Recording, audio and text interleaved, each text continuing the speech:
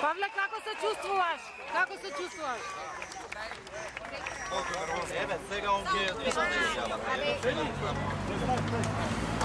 Правителството се дрзна да покрене постапка без предходно да биде определена штетата.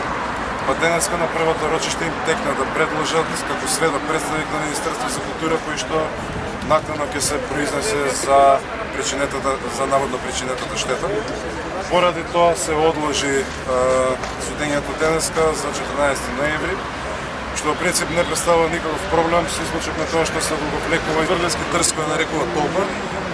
И не признавам вина за моето сторено поведение. По дефиниција вина е општествен прекор.